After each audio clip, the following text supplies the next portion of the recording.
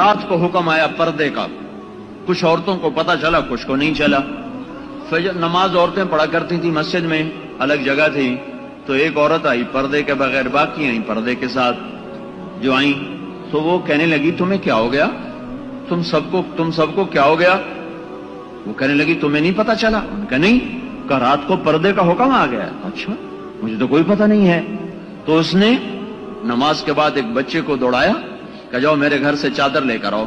وہ بچہ گیا، گھر سے چادر لے کر آیا، پھر وہ اپنے کو چھپا کر گھر پہنچی تو ان کے خامن نے پوچھا دیر لگ گئی، چادر منگوائی، کیا قصہ؟ اس نے سارا بتایا تو ان کے خامن نے فرمایا کہ تمہیں تو پتہ ہی نہیں تھا، وہاں پتہ چلا تھا، گھر آ کے پھر پردہ شروع کر دیتی۔ تو انہوں نے جواب دیا جب مجھے پتہ چل گیا کہ میرے اللہ کا حکم آ گیا ہے تو اس کے بعد ایک قدم بھی اس کی مرضی کے بغیر اٹھانے کی مجھے جرت نہیں ہوئی۔